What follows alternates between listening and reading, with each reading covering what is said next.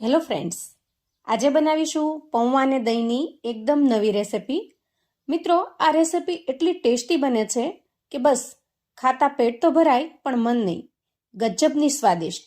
ખરેખર જો એક વખત બનાવી લીધી ને તો તમારી ફેવરિટ થઈ જશે. અને સાચું કહું મિત્રો, એનો ટેસ્ટ એટલો લાજવાબ બને છે કે એક વખત તો ટ્રાય કરવા જેવી જ છે. તો ચાલો રીત પણ જોઈ લઈએ.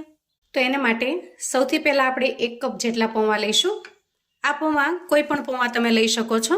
મેં અહીંયા નાયલોન પૌવા લીધા છે. તમે જે બટાકા પૌવા બનાવવા માટેના આવે છે થોડા જાડા પૌવા, એ પણ લઈ શકો છો. હવે આપણે આ રીતે એક મોટી ગરણી લઈએ અને પૌવાને એમાં ટ્રાન્સફર કરી લઈએ અને થોડા ચાળી લઈએ. આમ કરવાથી પૌવાની અંદર જે કાંઈ ડસ્ટ માટી કચરો હશે એ બધો જ નીકળી જશે. અને ત્યાર પછી પૌવાને સરસ રીતે ધોઈ લઈશું. એ પૌવાને આપણે પ્રેસ કરીને નિતારવાના નથી, એના અંદરનું પાણી આપણે કાઢવાનું નથી.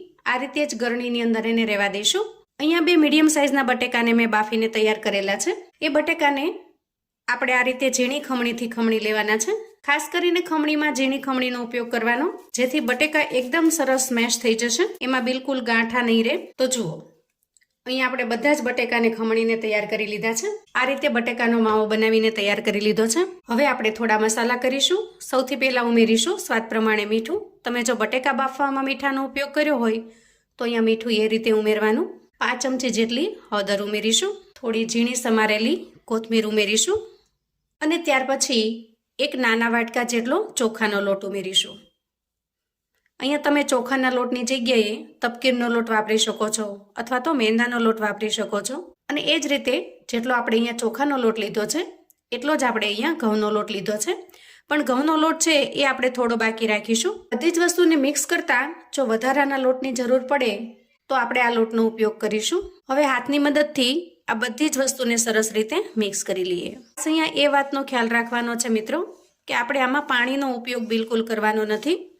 જરૂર જણાય તો જ પાણીનો ઉપયોગ કરવાનો છે. બાકી બટેકાનું જે મોઇસ્ચર છે એમાં જ લોટ સરસ રીતે બંધાઈને તૈયાર થઈ જશે. પણ ઘણી વખત બટેકાની અંદર જો પાણીનું પ્રમાણ ઓછું હોય તો આપણે થોડું પાણી ઉમેરવાનું. તો જુઓ, મેં અગાઉ કહ્યું એમ બટેટાના મિશ્રણમાં જ લોટ સરસ રીતે બંધાઈને તૈયાર થઈ ગયો છે. હવે આ રીતે બાંધીને તૈયાર કરેલા લોટને આપણે ઢાંકણ ઢાંકી થોડી વાર માટે સાઈડ પર મૂકીશું. હવે આપણે મિક્સર જાર લઈશું અને અંદાજે 2 થી 3 ચમચી જેટલું નાળિયેરનું ખમણ ઉમેરીશું. ત્યાર પછી 2 થી 3 ચમચી જેટલા શેંગદાણા ઉમેરી દઈએ અને 1 લીલું મરચું ઉમેરી દઈએ. આ મરચું બહુ મોડું પણ નહીં અને સાવ તીખું પણ નહીં, એ રીતે મીડિયમ તીખાશ વાળું છે. અને હવે ઉમેરીશું થોડી કોથમીર. નાનો 1 આદુનો ટુકડો ઝીણો સમારીને ઉમેરી દઈએ અને એકદમ ચટપટો ટેસ્ટ લાવવા માટે અડધા લીંબુનો રસ ઉમેરી દઈએ. અહીંયા તમે લીંબુના રસની જગ્યાએ થોડો આમચૂર પાવડર પણ ઉમેરી શકો છો, અંદાજે 1 જ ચમચી જેટલો. અથવા તો ખટાશ માટે 1 થી 2 ચમચી જેટલું મોળું દહીં પણ ઉમેરી શકો છો. અને છેલ્લે સ્વાદ પ્રમાણે મીઠું ઉમેરી દઈએ. હવે 4 થી 5 ચમચી જેટલું પાણી ઉમેરી એકદમ સરસ રીતે પીસી લઈએ.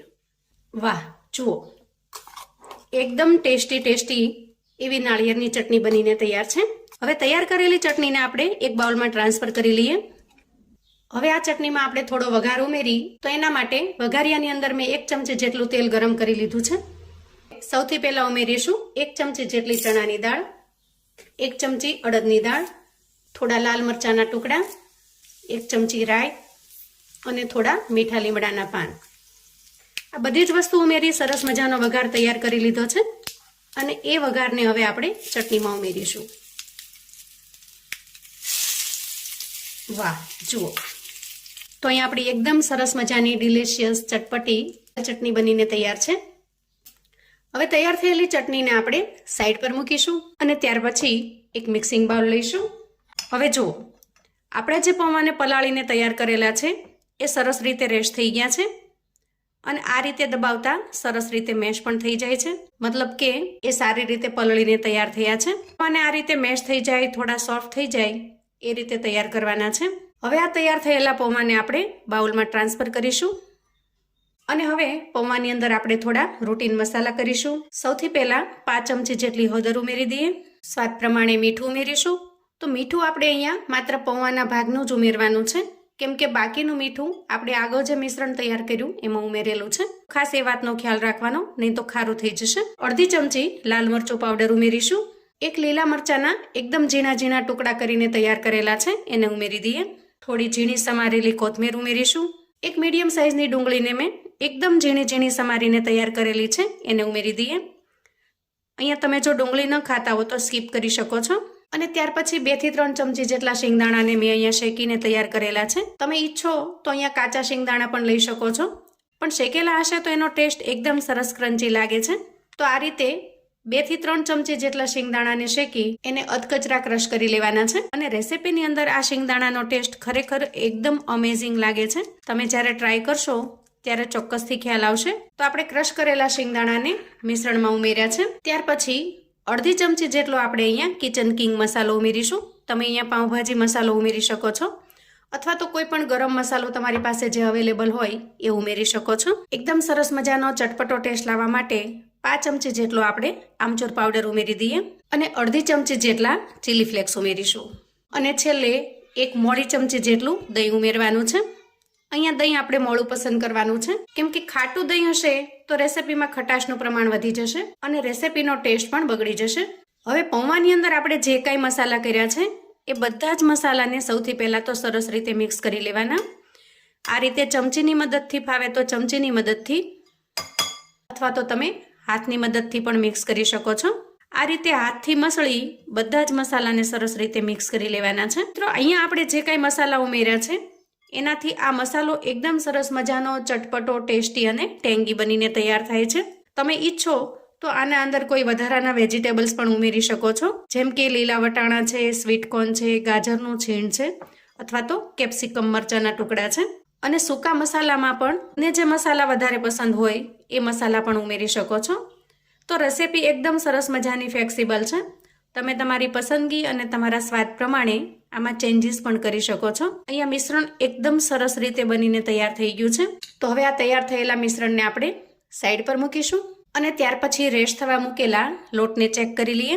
લોટનું ટેક્સચર એમનું એમ સેમ ટુ સેમ છે, એ વધારે કઠણ કે ઢીલો નથી થયો. હવે આપણે થોડું તેલ ઉમેરી લોટને સરસ રીતે કૂણવી લઈએ અને ત્યાર પછી એમાંથી એક સરખી સાઈઝના લુવા કરી લઈએ. લુવા અહીંયા આપણે બહુ મોટા પણ નહીં અને સાવ નાના પણ નહીં એ રીતના બનાવીશું. તો જુઓ, આટલા મિશ્રણમાંથી ટોટલ 7 લુવા બનીને તૈયાર થયા છે. હવે આપણે હાથની હથેળીમાં થોડું તેલ લઈ લઈએ અને બંને હથેળીને ઓઇલથી ગ્રીસ કરી લઈએ. ત્યાર પછી તૈયાર કરેલા લુવામાંથી એક લુવો લઈશું અને લુવાને આપણે આ રીતે વાટકીના શેપમાં તૈયાર કરીશું. ત્યાર પછી આપણે જે પૌવાનું મિશ્રણ તૈયાર કરેલું છે એ મિશ્રણને એમાં 1 ચમચી જેટલું ભરી દઈએ. અહીંયા તમે લુવો જો મોટો બનાવ્યો હોય તો મિશ્રણ થોડું વધારે જોઈશે. અને ત્યાર પછી અંગૂઠાને અંદરની સાઈડ પ્રેસ કરી આંગળીની મદદથી મિશ્રણને ઉપરની સાઈડ ખેંચવાનું છે. તો મોટા ભાગે આ રીતનો નાસ્તો આપણે ઘરમાં બનાવતા જોઈએ, જેથી આ રીત તમને સૌને ખ્યાલમાં જશે. અને ત્યાર પછી ઉપરની સાઈડ આપણે બંધ કરી દેવાની છે. જુઓ, બનાવવાની રીત એકદમ સિમ્પલ અને સરળ છે. હું તમને હજી એક કરીને બતાવી દઉં. મિશ્રણને આ રીતે લઈ એને કટોરીનો આકાર દેવાનો છે અને ત્યાર પછી એના અંદર પૌવાનું મિશ્રણ ભરી દઈશું. હવે આ જે કિનારીનો ભાગ છે એ ભાગને આપણે ઉપરની તરફ થોડો થોડો ખેંચતો જવાનો અને અંગૂઠાની મદદથી અંદરની સાઈડ પ્રેસ કરતું જવાનું છે અને પછી છેલ્લે આપણે એને બંધ કરી દેવાનું છે. તો હું અહીંયા બધા જ નાસ્તાને એ રીતે બનાવીને તૈયાર કરી લઉં છું. તો જુઓ, આ રીતે બધો જ નાસ્તો બનીને તૈયાર થઈ ગયો છે. હવે આપણે ગેસ તરફ જઈશું. અહીંયા મેં ગેસ ઉપર અગાઉથી જ તેલ ગરમ થવા માટે મૂકી દીધું છે. તો જુઓ, તેલ પણ સરસ રીતે ગરમ થઈ ગયું છે. થોડું મિશ્રણ નાખી આપણે ચેક કરી લઈએ. જુઓ, આ રીતે નાસ્તો તરત જ ઉપર આવી જાય એટલે સમજવાનું કે તેલ સરસ રીતે ગરમ થઈ ગયું છે. હવે આપણે તૈયાર કરેલા નાસ્તાને 1 બાય 1 તેલમાં ઉમેરીશું અને એક સાથે જેટલો નાસ્તો સમાય એટલો આપણે ઉમેરીશું અને આ રીતે નાસ્તાને સરસ રીતે તળી લઈશું. સૌથી પહેલા નીચેની સાઈડ સરસ રીતે તૈયાર થાય ત્યાર પછી આપણે એની સાઈડને ચેન્જ કરીશું. બધી જ બાજુ એકદમ સરસ મજાનો ક્રિસ્પી થઈ જાય ત્યાં સુધી ફ્રાય કરી લેવાનો છે. અહીંયા બધા જ નાસ્તા એકદમ સરસ ક્રિસ્પી થઈ ગયા છે. એકદમ મસ્ત ગોલ્ડન બ્રાઉન કલર આવી ગયો છે. તો એ સમયે તૈયાર થયેલા નાસ્તાને આપણે એક પ્લેટમાં કાઢી લઈએ અને હવે આપણે બાકી વધેલા નાસ્તાને તળી લઈએ. તો ખરેખર મિત્રો, બજારના નાસ્તાનો ટેસ્ટ ભૂલી જાઓ એવો સરસ ટેસ્ટી અને લાજવાબ નાસ્તો બન્યો છે. આપણો આજનો આ નાસ્તો ઉપરથી એકદમ સરસ મજાનો ક્રિસ્પી બને છે. વાહ, જુઓ, જોતા જ ખાવાનું મન થઈ જાય એવો સરસ મજાનો ટેસ્ટી અને લાજવાબ બન્યો છે. કોઈ પણ ચટણી સાથે આ નાસ્તો ખૂબ જ ટેસ્ટી લાગશે. સવારે બ્રેકફાસ્ટમાં અથવા તો સાંજે નાની મોટી ભૂખમાં બનાવીને તૈયાર કરી શકો છો. અથવા તો સાંજે કશું હળવું ખાવું છે તો પણ એના માટે આ નાસ્તો એકદમ સરસ બેસ્ટ બની રહેશે. હું તો આ નાસ્તાને પૌવાની કચોરી કહું છું. તમે આ નાસ્તાને શું નામ આપશો એ મને કોમેન્ટમાં ચોક્કસથી જણાવજો. તો મિત્રો, આવું અવનવું જાણવા માટે અને મને સપોર્ટ કરવા માટે ચેનલ પર જો તમે નવા છો પ્લીઝ ચેનલને સબસ્ક્રાઈબ કરજો. વિડીયો ગમે તો લાઈક અને શેર કરજો. તમારા સગા સંબંધી મિત્રોને પણ આપણી આજની એકદમ અલગ રીતે બનાવેલી પૌવાની કચોરીની રેસિપી ચોક્કસથી મોકલી આપજો, જેથી એ લોકો પણ બનાવીને તૈયાર કરી શકે, એન્જોય કરી શકે અને એના પરિવારને પીરસી શકે. કોમેન્ટમાં મને ચોક્કસથી જણાવજો મિત્રો કે આપણી આજની એકદમ યુનિક અલગ એવી પૌવાની કચોરીની રેસિપી તમને કેવી લાગી છે. ફરી મળીશું એક નવી રેસિપી સાથે. ત્યાં સુધી